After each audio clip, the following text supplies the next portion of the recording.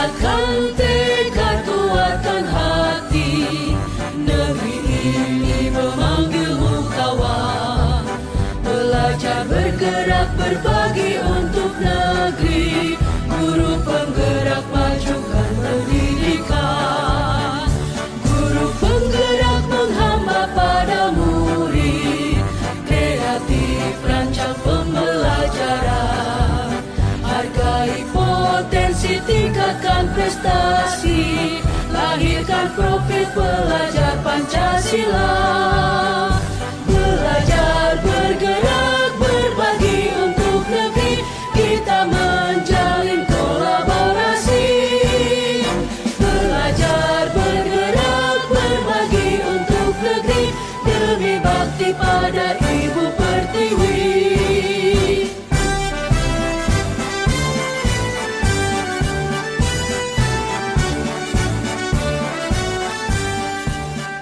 Bulatkan tekad, kuatkan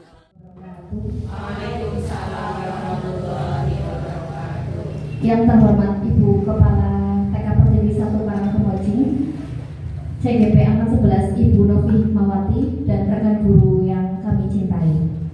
Pertama, marilah kita ucapkan puja dan puji syukur kehadirat Allah Subhanahu wa Ta'ala yang telah melimpahkan karunia-Nya sehingga kita semua dapat berkumpul dalam keadaan yang bahagia dalam acara sosialisasi aksi nyata berbagi pemahaman penerapan modul 1.4 disiplin positif di KKG Gugus Matahari. Semoga acara berjalan dengan lancar. Sebelumnya akan saya bacakan susunan acara sebagai berikut. Yang pertama, pembukaan, kedua, sambutan, ketiga, inti, yang keempat, penutup. Acara pertama, marilah kita buka dengan bacaan basmalah bersama-sama. Bismillahirrahmanirrahim. Untuk acara kedua, yaitu sambutan dari Kepala TK Pertiwi 1 Karangkemojing kepada Ibu Yani, dipersilakan.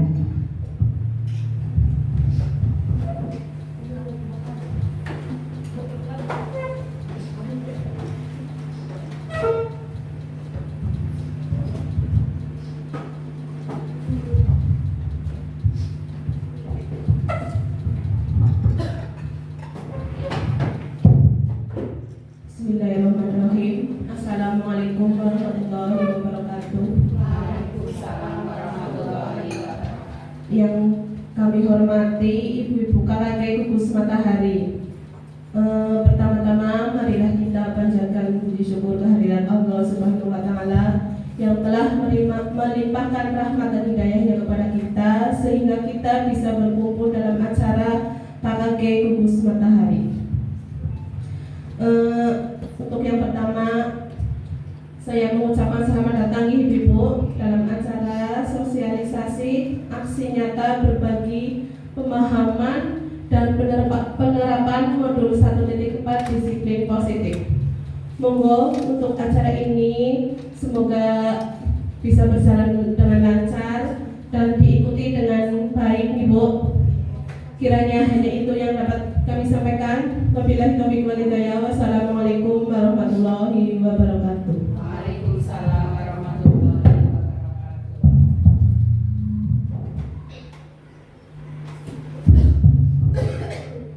Terima kasih kepada Kepala TK Pertiwi 1 Karangkemojing. Acara selanjutnya yaitu acara inti, sosialisasi aksi nyata berbagi pemahaman dan penerapan modul 1.4 disiplin positif oleh KKG Gugus Matahari yang akan disampaikan oleh Novi Hikmawati CGP Angkatan 11. Kepada beliau dipersilahkan. Tepuk tangannya, Ibu. Terima kasih.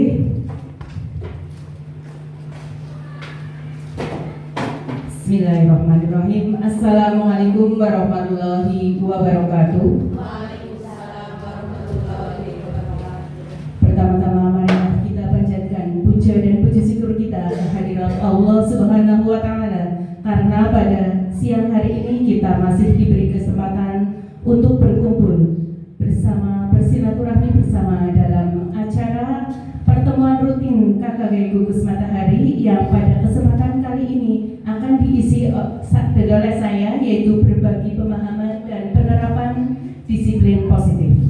Acara ini yaitu salah satu yang harus diisi oleh CGP Angkatan 11. Pada kesempatan kali ini saya akan menyampaikan sosialisasi aksi nyata berbagi pemahaman penerapan modul 1.4 disiplin positif. Bapak Ibu yang kami hormati, kami ucapkan terima kasih yang sebesar-besarnya karena pada siang hari ini Bapak Ibu sudah menyempatkan waktunya untuk menghadiri acara kami. Salam dan bahagia, penghargaan yang setinggi-tingginya dan salam hormat untuk teman-teman semua yang berkenan hadir dalam kegiatan pengibasan atau sosialisasi sesi berbagi konsep-konsep inti dalam modul budaya positif. Salam guru penggerak. Tergerak, bergerak, menggerakkan.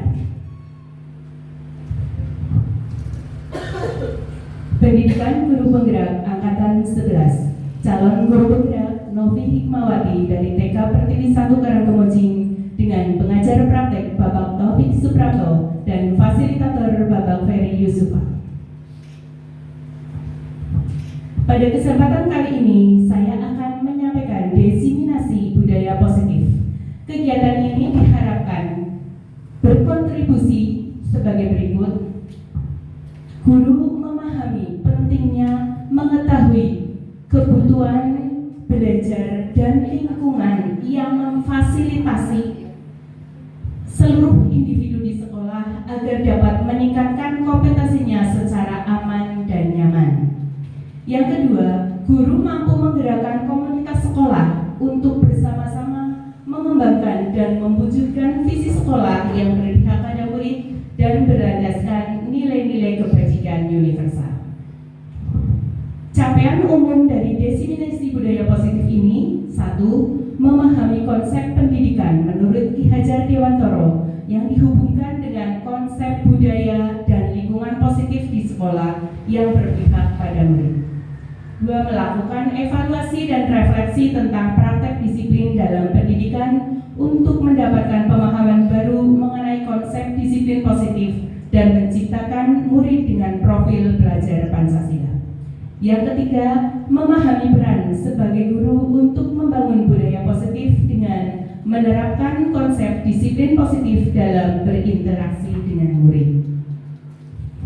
Capaian khusus dari diseminasi budaya positif ini: 1. Mendemonstrasikan konsep budaya positif yang di dalamnya terdapat konsep perubahan paradigma stimulus respon dari 3 teori kontrol, teori motivasi manusia, motivasi internal dan eksternal, keyakinan kelas, hukuman dan penghargaan, 5 kebutuhan dasar manusia, 5 posisi kontrol dan segitiga restitusi.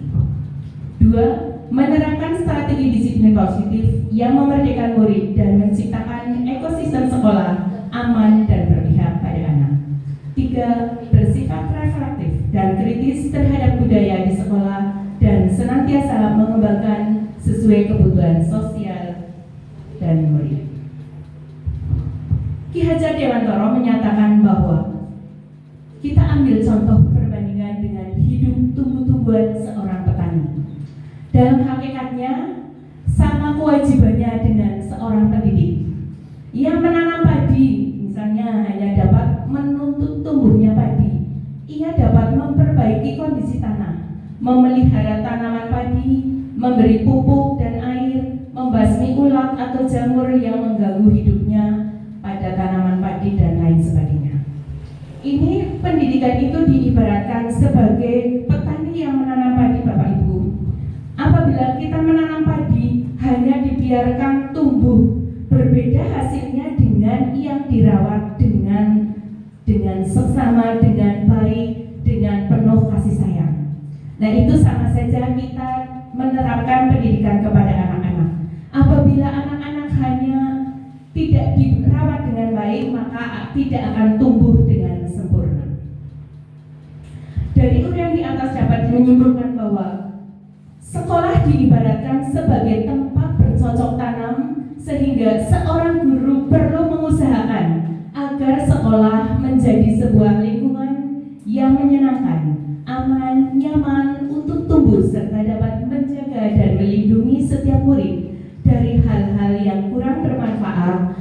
atau bahkan mengganggu perkembangan potensi murid.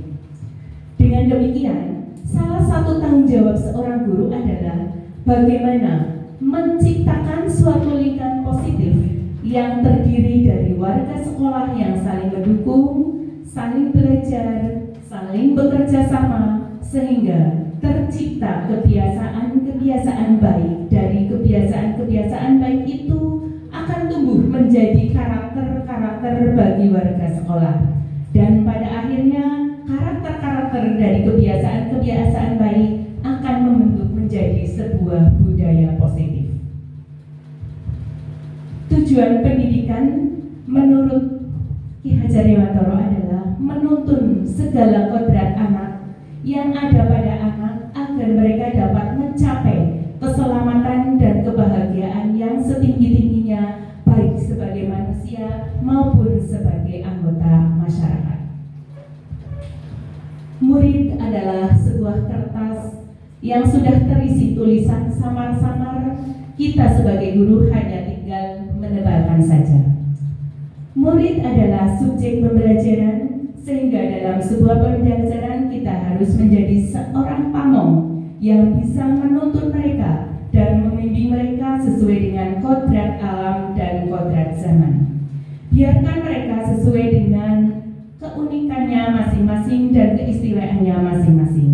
Jangan kita memaksakan kehendak agar mereka berkembang sesuai dengan keinginan kita.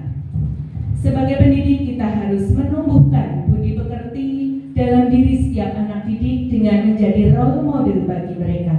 Kita berikan contoh, teladan yang baik agar mereka meniru apa yang kita lakukan tanpa harus memaksa agar mereka menjadi seperti kita. Nah, itu Bapak Ibu, jadi kita tidak perlu memaksa mereka, tapi kita memberi contoh, memberi teladan agar mereka mengikuti kita. Kemudian, nilai guru penggerak. Nilai-nilai guru penggerak itu ada 5. 1. Berpihak pada murid. 2. Mandiri. 3. Inovatif. 4. Kolaboratif dan reflektif. Berpihak pada murid yaitu menyediakan kebutuhan pembelajaran bagi siswa. 2. Membebaskan murid berkembang sesuai dengan minat dan bakatnya sendiri. 3. Menuntun anak agar bisa tumbuh sesuai dengan kodratnya. 4. Menciptakan pembelajaran yang aktif dan menyenangkan. Kemudian untuk mandiri, 1. Memiliki daya lenting dan terpacu untuk memperhatikan kualitas kinerja dan hasil kerja. 2. Meningkatkan kemampuan dan kualitas diri. Berikutnya inovatif. 1. Memunculkan gagasan-gagasan solutif. 2. Mengadopsi multipersepsi. 3. Mencari dan membuat alternatif. 4. Mengubah sesuaikan gaya dan kecenderungan lama. Dan 5. Pantang menyerah jeli dalam melihat potensi. Yang berikutnya kolaboratif. Kolaboratif yaitu membangun rasa saling percaya dan saling menghargai, serta mengakui dan mengelola kekuatan serta perbedaan peran tiap pemangku kepentingan di sekolah, sehingga tumbuh semangat saling mengisi, saling melengkapi. Ini Bapak Ibu perlunya kita kolaboratif paling tidak dengan satu sekolah. Kita harus saling mengisi, saling melengkapi, saling bekerja sama. Bila kita ingin membuat kemajuan perlahan, sedikit-sedikit, ubahlah sikap atau perilaku Anda. Namun, bila kita ingin memperbaiki cara-cara utama kita, maka perlu mengubah kerangka acuan kita. Ubahlah bagaimana Anda melihat dunia, bagaimana Anda berpikir tentang manusia. Ubahlah paradigma Anda, skema pemahaman dan penjelasan aspek-aspek tertentu tentang realitas. Stephen R. Covey. Nah, untuk kali ini topik-topik dalam diseminasi budaya positif. 1. Kita akan mempelajari tentang disiplin dan nilai-nilai kebajikan universal. 2. Teori motivasi hukuman dan penghargaan. restitusi. 3. Keyakinan kelas. 4. Kebutuhan dasar manusia dan dunia berkualitas. 5. Restitusi. 5. Posisi kontrol. 6. Restitusi segitiga restitusi. Biar lebih semangat, kita tepuk semangat dulu Bu. Yo, biar tidak ngantuk. Yo, tepuk semangat.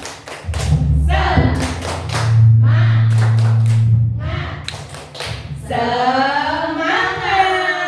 Semangat ibu-ibu. Semangat. Yo, biar semangat coba. Kita lihat dulu tebak-tebakan gambar. Kira-kira kalau seperti ini nanti bunyinya jadi apa ya Bu? Oke, pintar sekali. Jadi jambu dan batu. Kemudian ada gambar seperti ini. Wah, pintar sekali. Terima kasih ibu-ibu mati rasa. Semua masih konsentrasi. Potongan harga.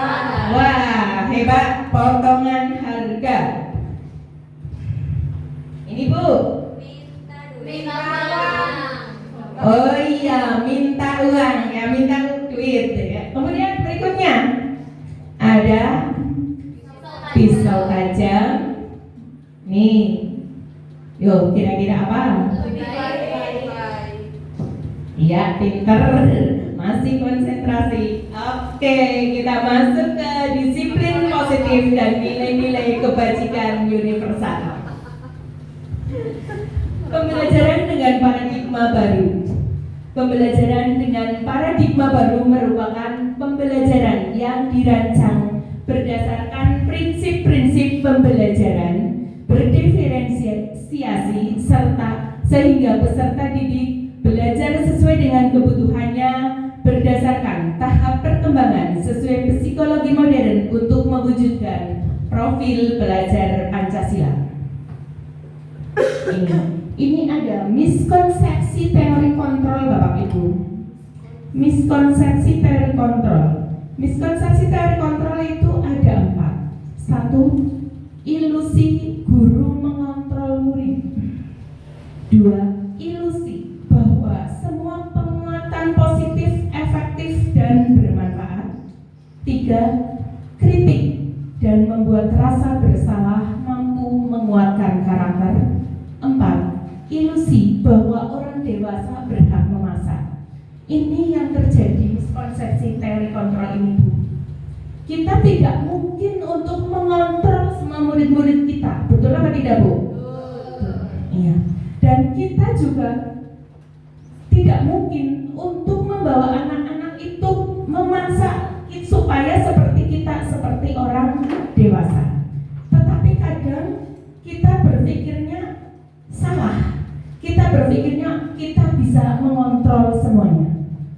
Padahal yang bisa mengontrol diri kita hanya diri kita sendiri. Begitu juga dengan murid-murid. Yang bisa mengontrol murid-murid hanya murid itu sendiri. Kita sebagai guru itu kita hanya bisa mengarahkan, kita hanya bisa memberi contoh, kita hanya bisa memberi teladan. Ini perubahan paradigma, stimulus respon, dan teori kontrol. Siapa sesungguhnya yang memiliki kontrol? Ini kalau menurut stimulus respon, kita mencoba mengubah agar pandangan sama dengan kita. Kira-kira bisa apa tidak Bu? Mengubah semua untuk berpandangan sama dengan kita. Tidak bisa. Itu terlalu berat dan itu tidak mungkin. Terus kemudian perilaku buruk dilihat sebagai suatu kesalahan. Tidak selamanya perilaku buruk itu sebagai suatu kesalahan. Kita harus mencari tahu apa penyebab perilaku buruk itu. Yang ketiga, orang lain bisa mengontrol saya. Kira-kira bisa atau tidak orang lain bisa mengontrol saya? Bisa apa tidak? Mengontrol. Untuk mengontrol saya, untuk menguatkan saya, mengontrol saya. Yang bisa mengontrol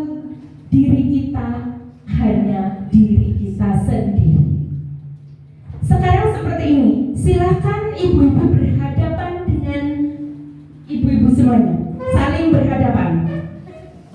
Satu memejamkan mata, sambil mengepal. Satu memejamkan mata sambil mengepal. Yang tidak memejamkan mata, silakan berkata apa atau bergerak apa supaya si ini bisa membuka. Ini membukanya nanti berdasarkan dari si penggoda atau membukanya dengan sendiri. Coba, yuk. Bisa dengan saling meledek, bisa dengan saling. Yuk. Iya. Apa yang bisa ini pengaruh dari luar, Bapak Ibu?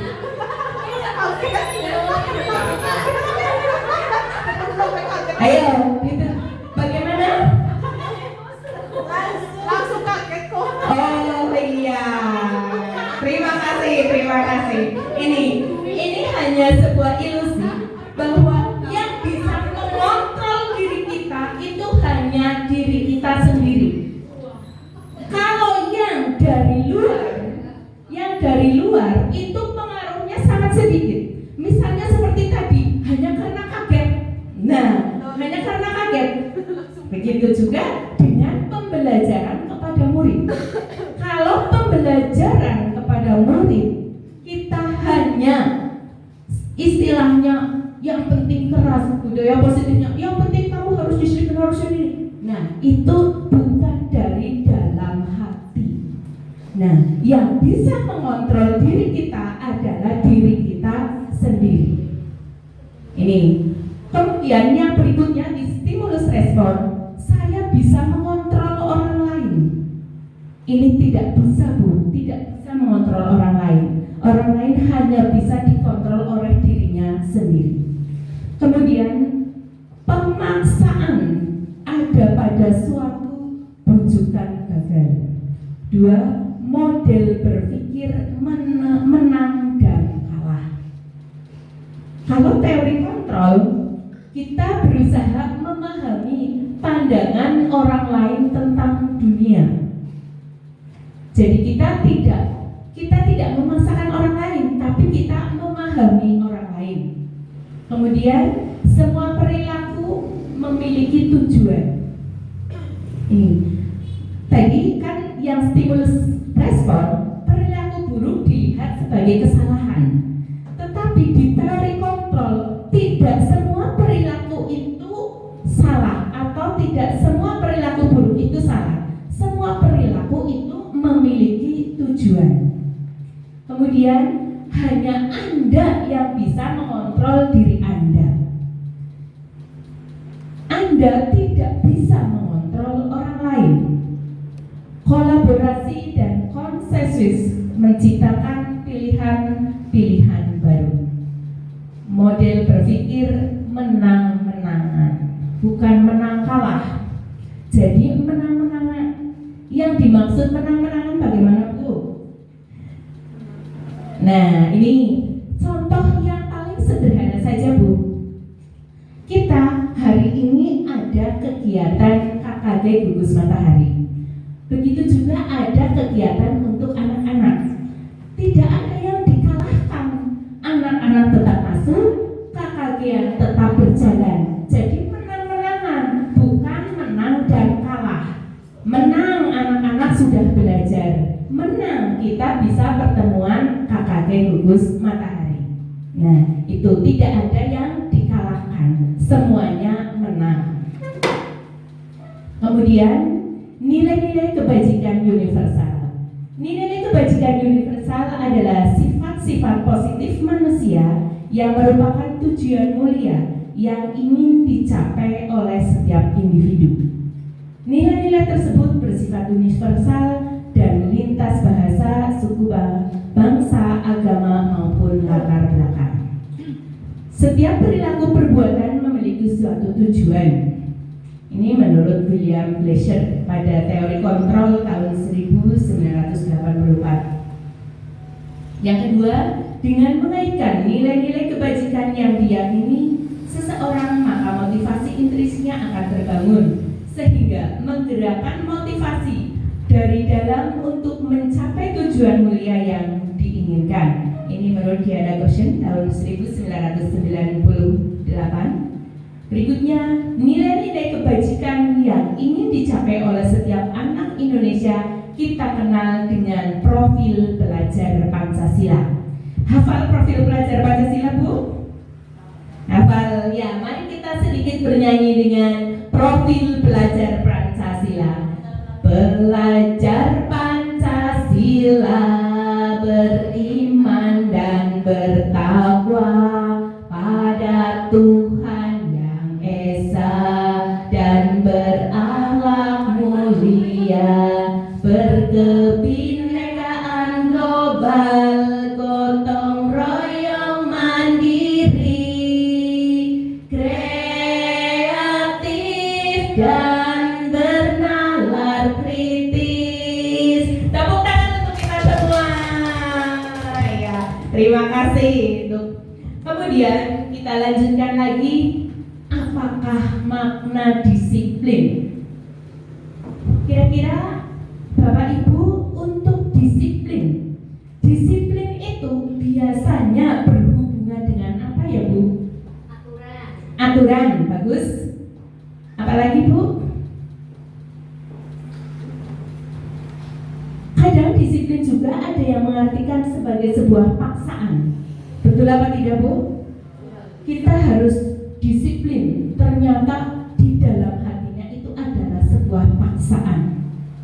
Nah, nih, dalam budaya kita, makna disiplin dimaknai menjadi sesuatu yang dilakukan seseorang pada orang lain untuk mendapatkan kepatuhan.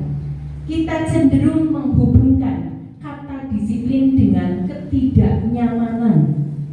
Ini, kalau sudah mendengar disiplin, nanti akhirnya akan menjadi tidak nyaman karena seolah-olah kita dipaksa.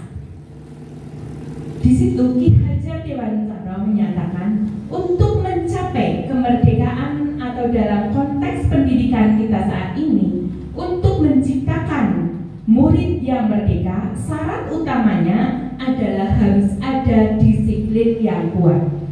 Disiplin yang kuat yang dimaksud di sini adalah disiplin diri yang memiliki motivasi internal.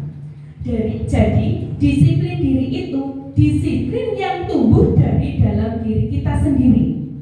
Karena pengaruh dari motivasi internal, motivasi dari dalam diri kita, bukan dari motivasi eksternal, bukan dari motivasi dari luar.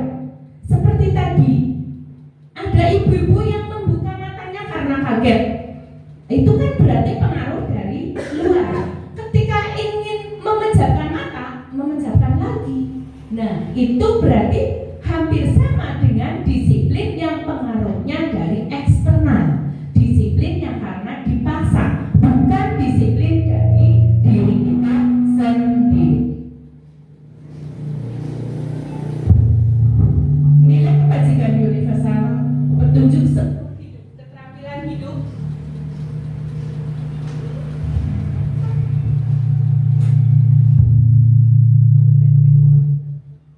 Petunjuk hidup dan keterampilan hidup. Keterampilan hidup dapat dipercaya tidak merendahkan orang lain, lurus hati, memberikan yang terbaik dari diri, dan pendengar yang aktif. Petunjuk hidup, persahabatan peduli, penalaran, bekerja sama, keberanian, keingintahuan, usaha, keluasan, fleksibilitas, berorganisasi, kesabaran, keteguhan hati, kehormatan, memiliki rasa humor, berinisiatif, integritas, pemecahan masalah, sumber pengetahuan, tanggung jawab, dan sebagai persahabatan. Kemudian, apa itu budaya positif, Bapak Ibu?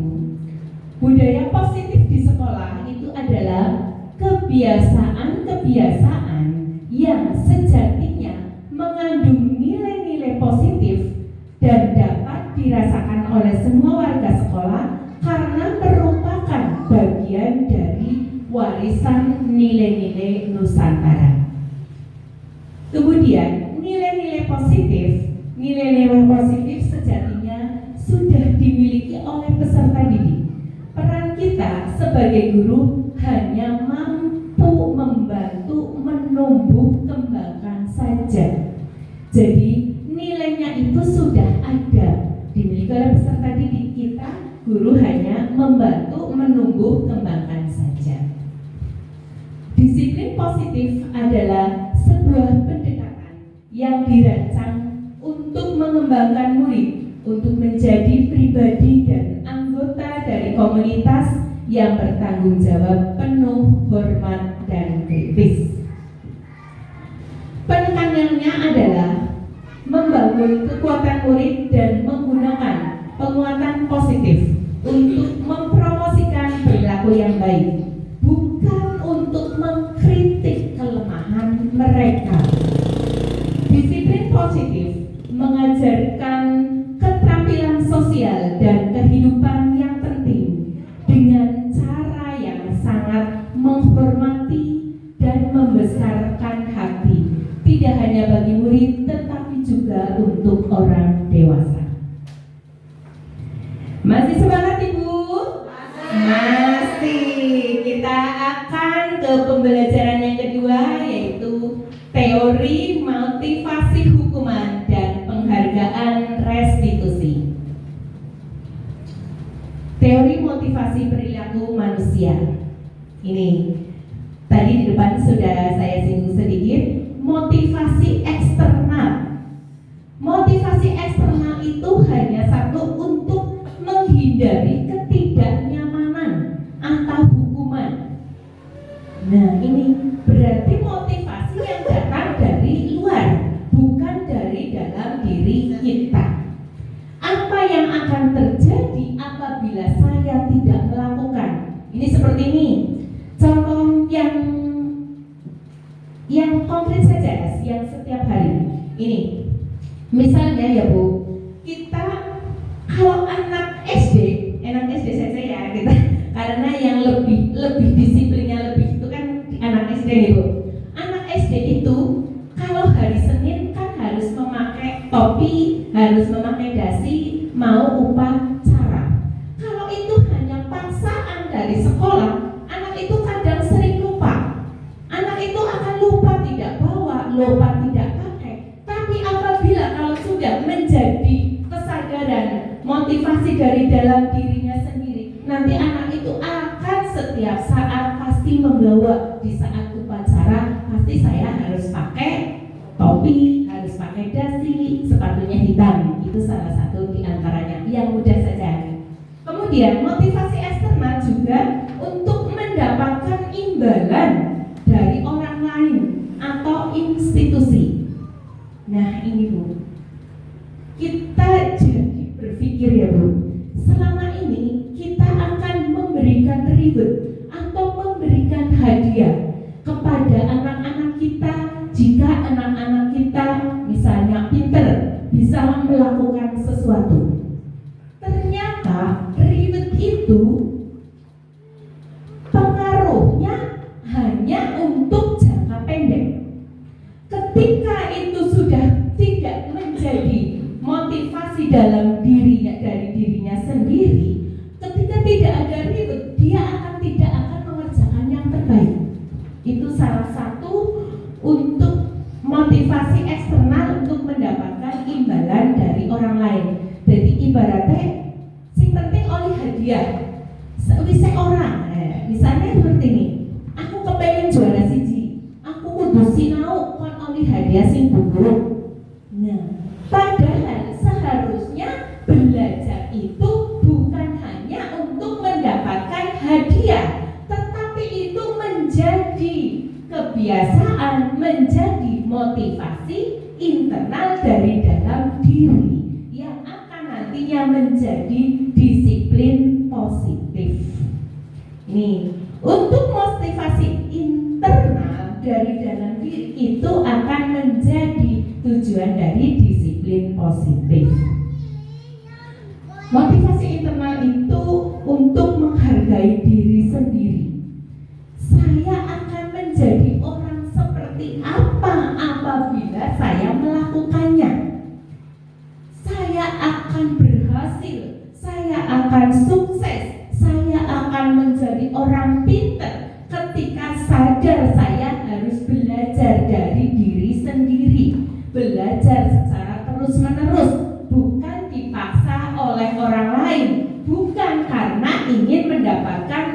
penjualan atau jasa.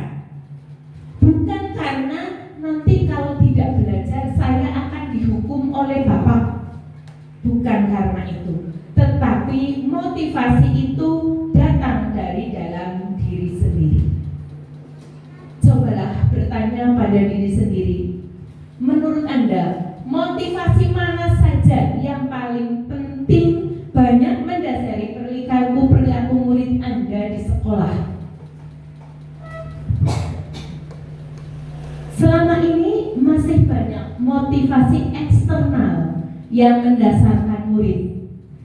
Oleh karena itu, kita harus merubah paradigma itu untuk menjadi motivasi internal. Bukan hanya menakut-nakuti, bukan hanya sekedar memberi hadiah. Lalu strategi apa yang selama ini sudah Anda terapkan untuk menanamkan disiplin pada murid-murid Anda? Bagaimana hasilnya pada perilaku murid Anda? Jawaban itu ada pada diri Anda masing-masing karena setiap hari Anda bersama anak-anak. Kemudian, nilai-nilai kebajikan apa yang Anda rasakan pentingnya saat untuk ditanamkan pada murid Anda di kelas atau di sekolah? Mengapa? Mengapa nilai-nilai kebajikan itu penting? Jawabannya ada pada diri Anda sendiri agar itu menjadi motivasi internal pada diri Anda.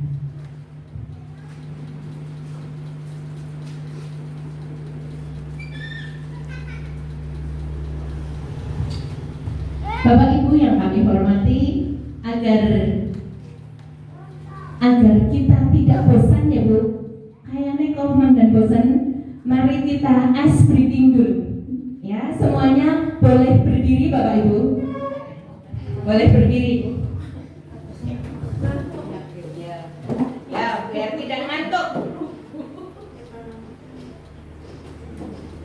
Tangan diputar-putar, bertepuk tangan.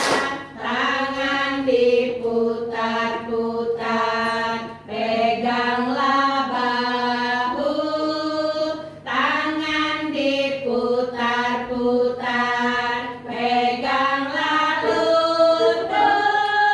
Digoyang-goyang, digoyang-goyang, digoyang-goyang. Diputar-putar, diputar ke atas. Diputar-putar, diputar ke bawah. Diputar-putar, diputar ke kanan. Diputar-putar, diputar ke kiri.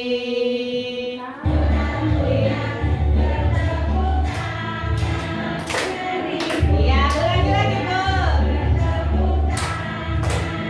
Tangan diputar-putar, peganglah bahu. Tangan diputar-putar, peganglah lutut. Digoyang-goyang, digoyang-goyang, digoyang-goyang. Tangan diputar-putar, bertepuk tangan. Tangan diputar-putar, peganglah bahu. Tangan diputar-putar, peganglah lutut. Digoyang-goyang, digoyang-goyang, digoyang-goyang.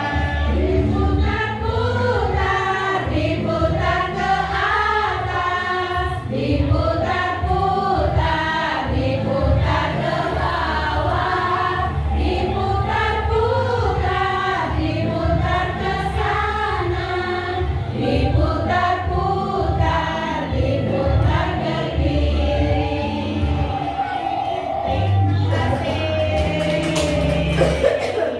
Terima kasih. Silakan duduk lagi, kita lanjutkan lagi.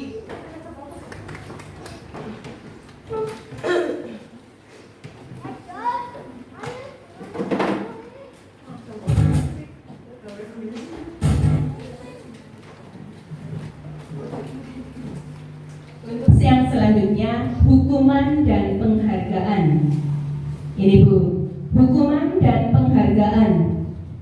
Dihukum oleh penghargaan.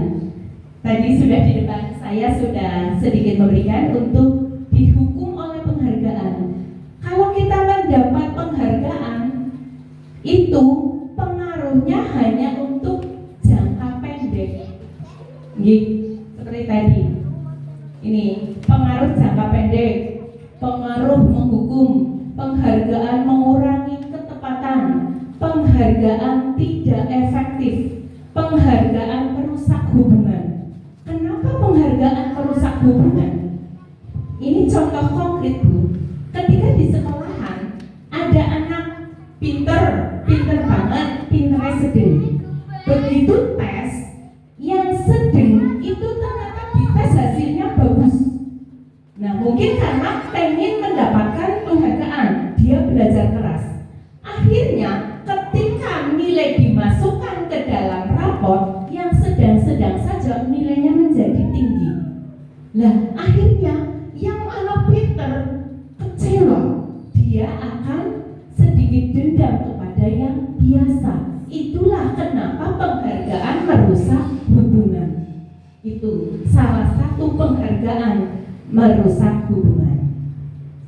Restitusi dalam sebuah acara pesta ulang tahun, teman Anda memecahkan gelas.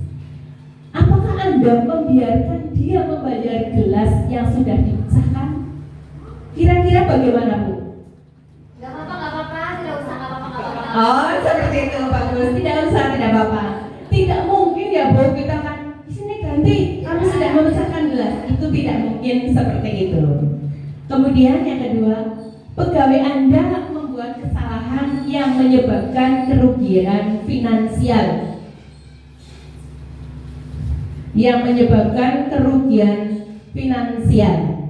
Pada perusahaan, pegawai tersebut menawarkan untuk bekerja lembur tanpa bayaran. Apakah Anda sebagai pemilik perusahaan akan menerimanya?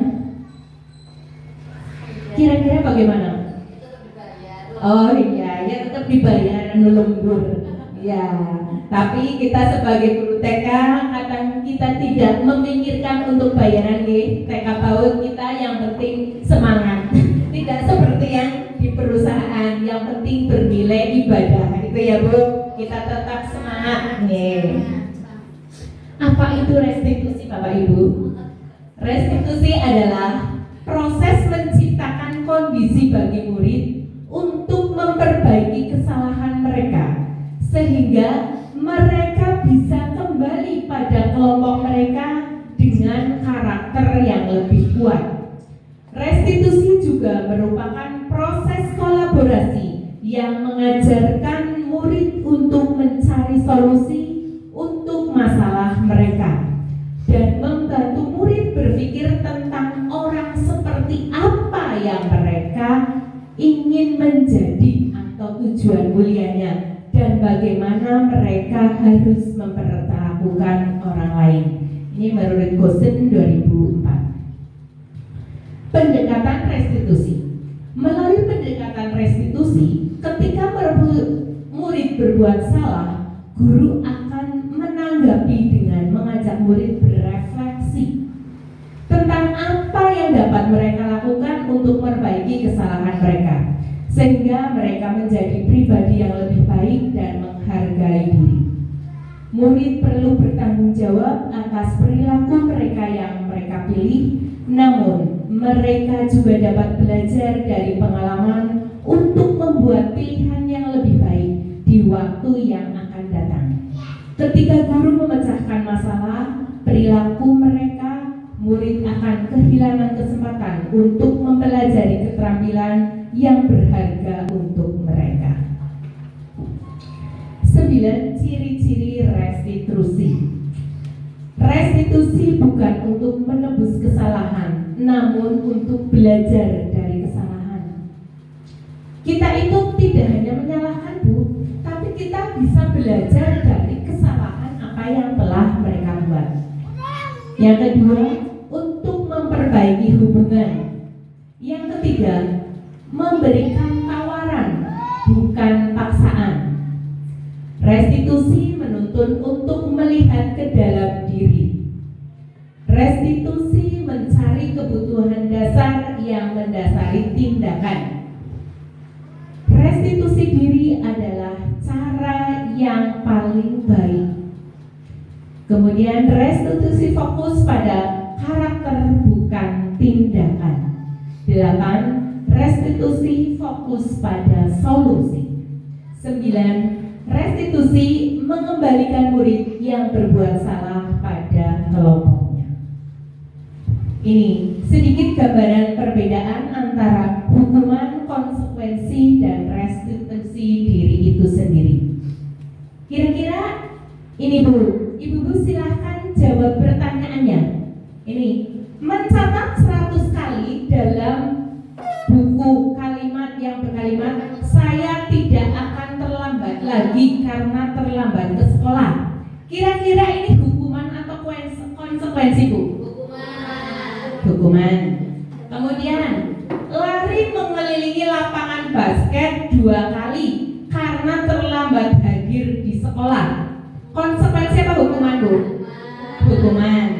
Kemudian murid diminta untuk push up 15 kali karena tidak menggunakan masker ke sekolah. Hukuman. Kemudian berikutnya menggantikan kertas tugas teman yang dicoret-coret. Konsekuensi. Pintar semua ternyata. Membersihkan tumpahan air di meja tulis karena tersenggol pada saat belajar. Konsekuensi. Murid tidak disuruh untuk mengenakan sepatu sehari-hari di sekolah karena tidak mengenakan sepatu hitam. Hukuman. Lari mengelilingi lapangan basket 2 kali karena terlambat 10 menit.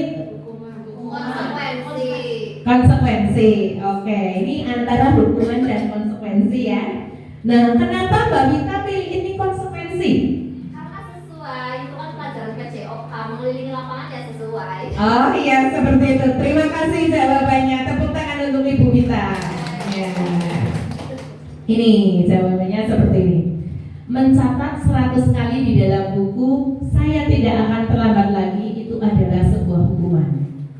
Lari mengelilingi lapangan basket 2 kali karena terlambat hadir itu juga sebuah hukuman.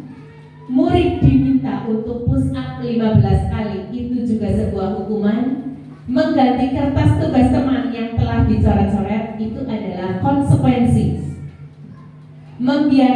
Membersihkan tumpahan air di meja tulis karena tersenggol pada saat belajar itu juga sebuah konsekuensi. Kemudian murid tidak disuruh untuk mengenakan sepatu seharian di sekolah karena tidak memakai sepatu hitam.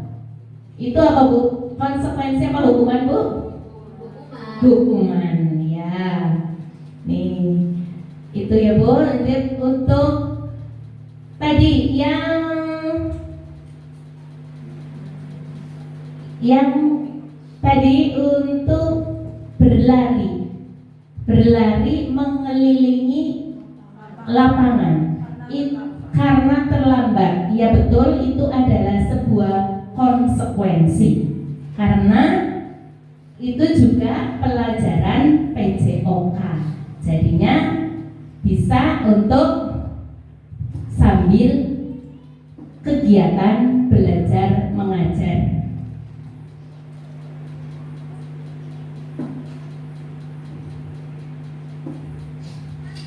Bapak Ibu yang kami hormati, itu konsekuensi dan hukuman kira-kira sudah ada bayangan untuk membedakan apa tidak Bapak Ibu?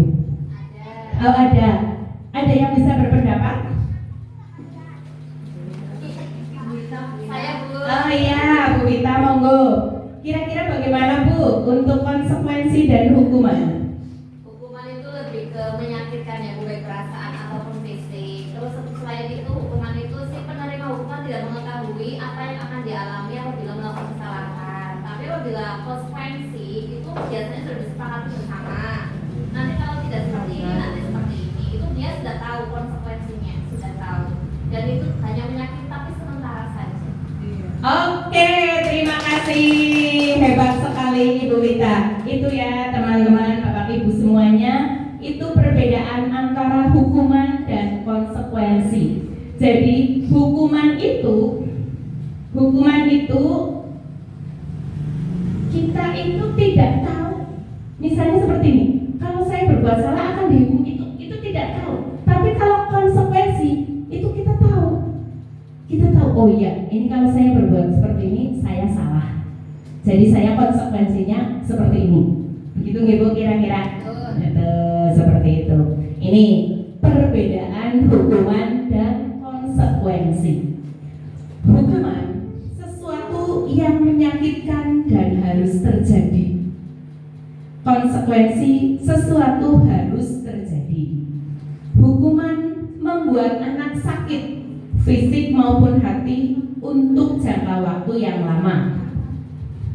Ini kalau konsekuensi membuat anak merasa tidak nyaman dalam jangka waktu pendek. Kemudian anak membenci kedisiplinan, anak menghargai disiplin. Kalau hukuman bersifat paksaan, konsekuensi stimulus tanggapan. Kemudian hukuman mendorong anak menyakiti diri sendiri, konsekuensi mendorong anak agar mudah menyesuaikan diri. Konsep diri yang buruk. Ini hukuman merupakan konsep diri yang buruk. Kalau konsekuensi konsep diri yang baik. Hukuman anak belajar untuk menyembunyikan kesalahan. Jadi takut dihukum, kesalahannya disembunyikan. Akan tetapi untuk konsekuensi anak belajar untuk mematuhi peraturan. Hukuman akan timbul rasa marah, rasa bersalah, rasa dipermalukan, dan merasa tidak dihargai. Konsekuensi kehilangan hak, dibuat tidak nyaman, diasingkan untuk sementara. Ini hanya untuk sementara. Ini ada identitas gagal dan identitas sukses. Hukuman, disiplin, ada konsekuensi dan restitusi. Kalau hukuman sesuatu yang menyakitkan harus terjadi, konsekuensi sesuatu harus terjadi, restitusi merupakan pilihan. Kemudian hukuman tindakan nyaman, tidak nyaman untuk murid, untuk anak jangka panjang. Konsekuensi tidak nyaman untuk anak jangka pendek. Kalau restitusi menguatkan anak dalam jangka panjang. Kemudian untuk hukuman korban mendapat keadilan, korban bisa diabaikan, restitusi korban mendapatkan ganti. Ini hukuman murid akan tersakiti, konsekuensi murid dibuat tidak nyaman, restitusi murid akan mendapatkan penguatan. Kemudian untuk hukuman perilaku pasif agresif meningkat. Kalau konsekuensi penguatan hanya bertahan dalam jangka waktu pendek, restitusi akan memecahkan masalah. Kemudian sistem tidak akan berjalan bila murid tidak takut. Kemudian kalau konsekuensi memerlukan monitoring dan supervisi terus-menerus dari guru. Kemudian restitusi murid belajar bertanggung jawab untuk perilakunya. Dari uraian ini, kira-kira kalau hukuman itu negatif apa positif? Hukuman negatif. Hukuman negatif, pintar, bagus. Kalau konsekuensi Positif. konsekuensi, ya konsekuensi itu masih netral karena hanya membuat anak itu tidak nyamannya itu untuk jangka pendek lah. Jadi hanya netral saja, menetralkan. Kalau yang restitusi ini yang membuat anak menjadi positif. Ya, kita akan masuk ke pembelajaran ketiga, yaitu keyakinan kelas. Bagaimana Bapak Ibu? Semangat? Semangat ya, kita masih semangat, masih ada keyakinan kelas. Kira-kira Bapak Ibu paham apa itu keyakinan Belum. Ya, mari kita bersama-sama menggali apa itu keyakinan kelas. Nah, ini keyakinan kelas.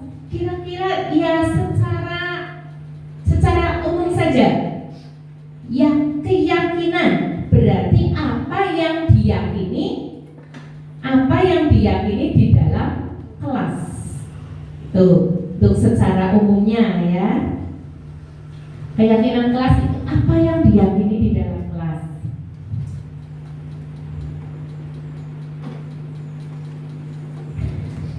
Tahapan keyakinan kelas itu 1. Usulan peraturan, 2. Kesepakatan kelas, 3. Keyakinan kelas. Pembentukan keyakinan kelas atau sekolah. 1. Keyakinan kelas bersifat abstrak dari peraturan. Keyakinan kelas berupa pernyataan-pernyataan universal. 3. Pernyataan keyakinan kelas senantiasa dibuat dalam bentuk positif. Kemudian keyakinan kelas hendaknya tidak terlalu banyak sehingga mudah diingat. 3. Semua warga kelas hendaknya ikut berkontribusi dalam pembuatan keyakinan kelas lewat kegiatan curah pendapat. Berikutnya, bersedia meninjau kembali keyakinan kelas dari waktu ke waktu. Proses pembentukan keyakinan kelas. 1. Mempersilahkan warga sekolah atau murid di sekolah untuk bercurah pendapat tentang peraturan yang perlu disepakati di dalam sekolah atau di kelas. 2. Mencatat semua masukan-masukan dari para murid, dari warga sekolah di papan tulis atau di kertas besar, dan semua anggota kelas atau warga sekolah bisa melihat curahan pendapat tersebut. 3. Susunlah keyakinan kelas sesuai prosedur pembentukan keyakinan kelas.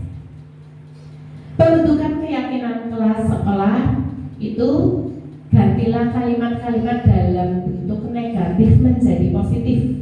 Contohnya seperti ini. Jangan berlari di kelas atau koridor. Itu kalimat negatifnya. Kalimat positifnya, berjalanlah di kelas atau di koridor. Berarti jangan berlari, diganti berjalanlah. Ini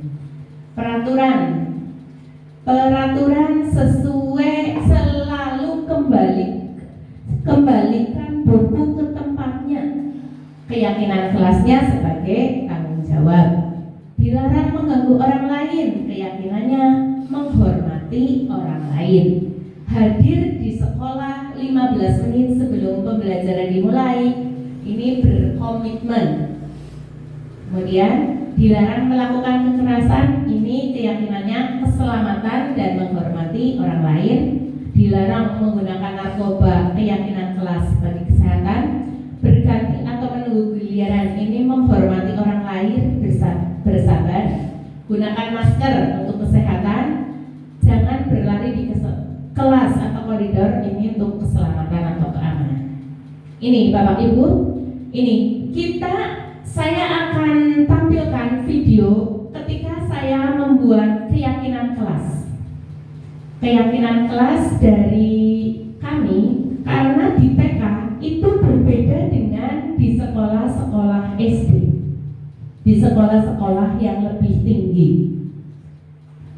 Kita itu membuat keyakinan kelas itu seperti ini Bapak Ibu.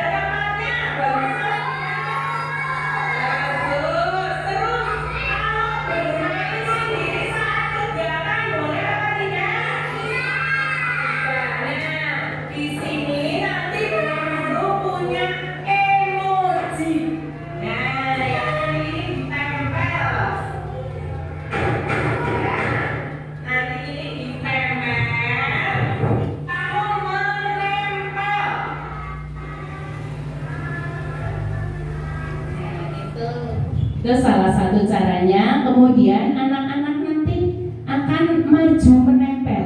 Kira-kira ini bagus apa tidak? Berarti yang bagus sama yang tidak? Bagus. Yang mana yang maju sini? Bagus sama tidak? Tidak. Ya. Coba. Dalam. Iya, gampang sekali. Yuk, Mas Haidar maju, Mas Haidar. Ini Mas Haidar. Coba. Kalau kencing di dalam kelas bagus sama tidak? Yuk, ini ditempel ya. Gimana yuk? Bagus. Ini ditempel sendiri. Ya, di sini. Terus. Tangannya duduk. Ya, ya. Yuk. Itu salah satu cara untuk membuat anak itu tahu akan peraturan atau kesepakatan yang ada di kelas kita. Nah, nanti anak-anak itu kemarin itu sempat akhirnya begini Bu, kita kan ada kesepakatan kelas, kita tidak boleh makan saat kegiatan belajar mengajar. Ketika istirahat, anak-anak tanya ke Bu Guru, itu terjadi pada saya, Bu Guru boleh makan di dalam kelas enggak? Ya ini kan waktu istirahat, ya boleh. Ternyata itu membuat keyakinan pada anak-anak itu, karena anak-anak itu sudah sudah bersama-sama, ini bagus loh, ini tidak loh, jadi seperti itu. Itu salah satu teknik untuk menerapkan kesepakatan kelas yang akhirnya menjadi keyakinan kelas yang akan dipatuhi bersama-sama anggota kelas kita. Ini anak-anak itu memasang yang bagus mana, yang tidak bagus mana, yang bisa dilakukan mana, dan yang tidak mana.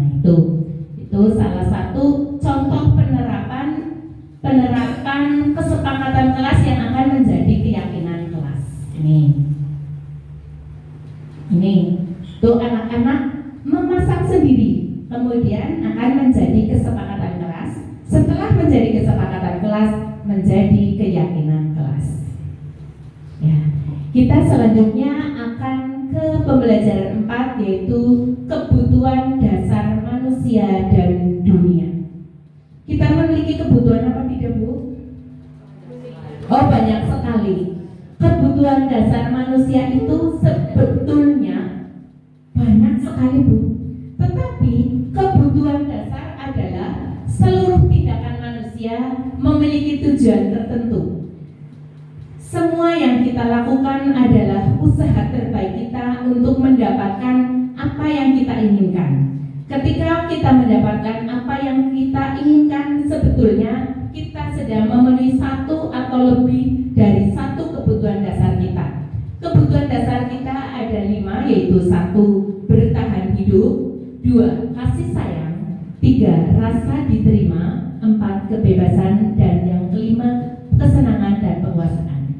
Ketika seorang murid melakukan suatu perbuatan yang bertentangan dengan nilai kebajikan atau melanggar peraturan, hal ini sebenarnya dikarenakan mereka gagal memenuhi kebutuhan dasar. Kebutuhan dasar manusia ada 5, bertahan hidup, kasih sayang, dan rasa diterima, kebebasan, kesenangan, dan penguasaan. Kebutuhan dasar manusia untuk bertahan hidup, yaitu kebutuhan bertahan hidup survival, adalah kebutuhan yang bersifat fisiologis untuk bertahan hidup, misalnya kesehatan, rumah, dan makanan. Kebutuhan biologis sebagai bahan dari proses reproduksi termasuk kebutuhan untuk tetap bertahan hidup. Komponen psikologis pada kebutuhan ini meliputi kebutuhan akan perasaan aman.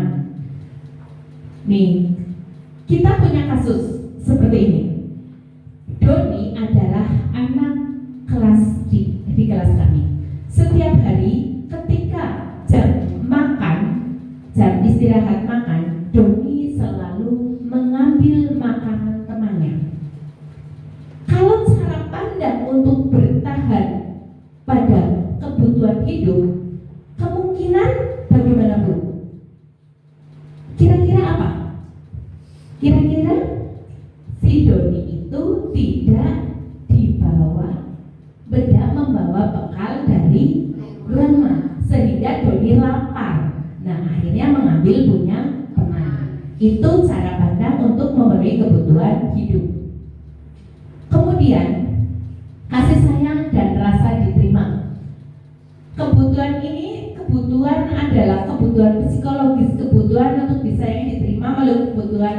hubungan dan koneksi sosial, kebutuhan untuk memberi dan menerima kasih sayang, dan kebutuhan untuk merasa menjadi bagian dari suatu kelompok. Kebutuhan ini meliputi keinginan untuk tetap berhubungan dengan orang lain seperti teman, keluarga, pasangan hidup, teman kerja, binatang peliharaan, dan kelompok di mana kita bergabung.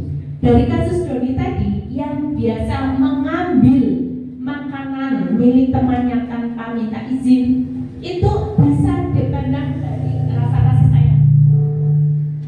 Dari rasa kasih sayang bisa jadi si Doni itu tidak mendapatkan kasih sayang dari orang tuanya, tidak dibawahi bekal. Itu bisa salah satu faktornya bisa. Atau yang lain lagi dari cara pandangnya, dia ingin mendapat perhatian dari bu gurunya. Ketika si Doni mengambil makanan temannya dan anak yang lain menangis, otomatis gurunya akan mendekati Doni dan menanyakan kenapa Doni melakukan hal itu. Nah, itu salah satu alasan Doni untuk mendapatkan kasih sayang dari seorang guru. Itu untuk cara pandang memenuhi kebutuhan dasar kasih sayang. Berikutnya adalah penguasaan. Kebutuhan pengakuan atas kemampuan. Kebutuhan ini berhubungan dengan kekuatan untuk mencapai sesuatu, menjadi kompeten, menjadi keterampilan, diakui atas prestasi dan keterampilan kita, didengarkan dan memiliki rasa harga diri. Kebutuhan ini memiliki keinginan untuk tetap dianggap berharga, bisa membuat berbeda, dan bisa membuat pencapaian kompeten diakui, dihormati. Ini meliputi self-esteem dan keinginan untuk meninggalkan pengaruh. Salah satu kasus Doni tadi membuat anak yang lain menangis, itu kepuasan tersendiri Bapak Ibu ternyata. Itu kalau melihat dari kebutuhan penguasaan. Kemudian untuk kebebasan, kebutuhan akan pilihan. Kebutuhan untuk bebas adalah kebutuhan akan kemandirian, otonomi, memiliki pilihan, dan mampu mengendalikan arah hidup seseorang anak. Dengan kebutuhan kebebasan yang tinggi, menginginkan pilihan, mereka perlu banyak bergerak, suka mencoba-coba, tidak terlalu berpengaruh orang lain, dan senang mencoba hal baru. Nah, ini dari Doni tadi, ini Doni itu berarti anak yang ingin bebas mengambil apa saja yang teman punya. Tuh. Kemudian kesenangan, kebutuhan akan kesenangan adalah kebutuhan untuk mencari kesenangan, bermain dan tertawa. Bayangkan hidup tanpa kenikmatan, betapa menyedihkannya. Belajar menghubungkan kebutuhan akan kesenangan dengan belajar. Ini kita kalau sudah senang, kita akan mudah untuk belajar. Tetapi kalau dari rumah kita sudah emosi, sudah marah, bagaimana kita akan belajar? Itu tidak mungkin. Oleh karena itu, ciptakanlah suasana nyaman, suasana senang di dalam sekolah. Begitu juga dengan anggota-anggota gugus matahari, semuanya merasakan nyaman untuk berada di lembaga masing-masing dan berkolaborasi dengan semua lembaga agar merasa nyaman. Itu karena kita buat apa ya kita tidak merasa nyaman, uangnya tidak dapat, kenyamanannya tidak dapat, itu sangat rugi bagi kita. Paling tidak kita merasa nyaman untuk berada di lembaga kita masing-masing. Ini kemudian ini setiap langkah siswa adalah tindakan untuk memenuhi kebutuhan dasarnya. Seperti kasus Doni tadi, itu berbagai cara untuk memenuhi kebutuhan dasarnya si Doni tadi. Yo, kita ke konsentrasi lagi, kita bermain tebak-tebakan lagi. Kira-kira ada gambar saku, wayang, dan ayam jago. Aku sayang ayah. Wah, pinter, aku sayang ayah. Oke, nah ini ada apa? Ada angka 3 dan akar. 3 bakar. Oh, 3 bakar, ini sudah siang pas sekali. Kemudian ada kucing, ada bel, dan uang. Kucing belang. Kucing belang, ya. Ini Petani sadar. oh, petenis handal, pinter. Nah, Alhamdulillah. Ya, untuk pelajaran berikutnya yaitu 5 posisi kontrol. Apa itu posisi kontrol? Yaitu posisi kontrol adalah posisi di mana kita bisa mengontrol, menghukum. Nah, ini 5 posisi kontrol itu ada penghukum, membuat orang merasa bersalah, teman, pemantau, dan manajer. Ini 5 posisi kontrol. 5 posisi kontrol: penghukum, membuat orang bersalah, teman, pemantau, dan manajer. Kalau yang termasuk identitas gagal, kontrolnya itu hanya dari luar, yaitu penghukum dan membuat orang bersalah. Contoh kata-katanya ini seperti ini: menghardik, menunjuk-nunjuk, menyakiti, menyindir. Nah, kalau membuat orang bersalah, yang mengatakan seharusnya kamu seperti ini loh, kamu sudah sangat mengecewakan bu guru, itu salah satu kata-kata yang untuk membuat orang bersalah. Kemudian untuk merasa berteman, ayolah lakukan ini demi ibu, kita kan sama-sama belajar, seperti itu. Kalau untuk pemantau, apa ya peraturannya, itu kira-kira. Kemudian untuk manajer, apa yang diyakini di kelas kita. Seperti tadi saya katakan, membuat kesepakatan kelas itu ternyata anak harus dilibatkan, biar anak-anak itu paham apa yang sudah disepakati di dalam kelas. Jadi untuk 5 posisi kontrol yang terbaik adalah yang manajer. Manajer itu menghargai diri sendiri. Walaupun kelima posisi kontrol ini banyak pengaruhnya pada kita, tapi yang paling baik itu adalah yang posisi kontrol manajer. Nih, yang posisi kontrol manajer itu menghargai. Terus untuk manajer kita, kalau kamu menyakitinya, kamu akan memperbaikinya lagi kan, seperti itu. Jadi ada apanya ya, ada kesepakatan yang dibuat. Jadi saling lah, tidak hanya ini harus seperti ini, itu seperti hukuman. Nah ini yang pernah dilakukan, contoh tindakan tanpa kekerasan fisik terhadap siswa yang melanggar peraturan dan tidak mengerjakan tugas. Ini tindakan kekerasan fisik tanpa kekerasan fisik. Ini banyak sekali ya contoh-contoh, Bapak Ibu pasti sudah sangat paham untuk 5 posisi kontrol. Ini menurut William Glasser ada 5 posisi kontrol yang diterapkan oleh seorang guru penghukum. Seorang guru penghukum bisa menggunakan hukuman fisik maupun verbal. Contoh kata-katanya, patuhi aturan saya atau awas kamu. Nah, ini adalah penghukum. Kemudian yang membuat orang merasa bersalah, akan menggunakan keheningan yang membuat orang lain merasa tidak nyaman, bersalah, dan rendah diri. Kata-katanya biasanya itu orangnya lemah lembut, tapi sangat mengena di hatinya dan membuat orang lain rendah diri. Contohnya, ibu sangat kecewa sekali dengan kamu nak.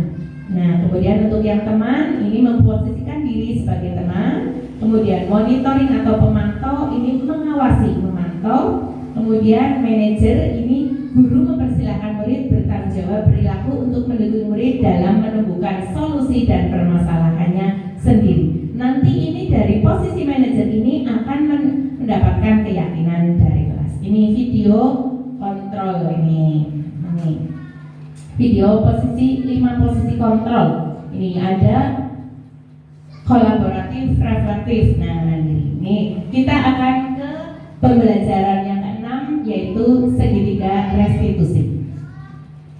Diana Gosen merasakan sebuah tahapan untuk memudahkan guru dan orang tua dalam melakukan proses untuk melakukan restitusi yang disebut dengan segitiga restitusi. Langkah-langkah tidak harus dilakukan satu persatu secara kaku. Banyak guru yang sudah melakukan dengan berbagai versi, bahkan tidak tahu bahwa itu adalah segitiga restitusi. Posisi kontrol. Ketika kita menerapkan pendekatan segitiga restitusi, restitusi. Dengan demikian, posisi kontrol kita adalah sebagai seorang manajer. Ini segitiga restitusi. Segitiga restitusi yaitu menstabilkan identitas, memvalidasi tindakan yang salah, dan menyanyiakan keyakinan. Segitiga restitusi itu menstabilkan identitas, validasi tindakan salah, dan menanyakan keyakinan.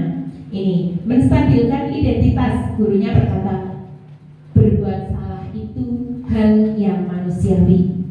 Tidak ada manusia yang sempurna. Bapak Ibu juga pernah melakukan kesalahan. Ini sebagai menstabilkan supaya si anak itu tidak merasa hanya dirinya saja yang salah. Kemudian validasi kebutuhan. Validasi kebutuhan ini, setiap tindakan manusia itu basicnya untuk memenuhi kebutuhan. Jadi guru itu bisa berkata, contohnya, kamu bisa saja melakukan hal buruk ini nak, tapi kamu tidak melakukannya kan. Jadi kebutuhannya dia pengen marah, tapi kamu jangan marah, seperti itu. Ini kamu boleh tetap berusaha menjaga sikap itu, tapi tambahkanlah sikap yang lain yang baru. Apakah kamu bisa melakukan dengan lebih baik lagi besok? Nah, seperti itu. Kemudian untuk menanyakan keyakinan, anak melihat kesalahan dihubungkan dengan norma sosial dan norma yang mendasari manusia berinteraksi dengan orang lain.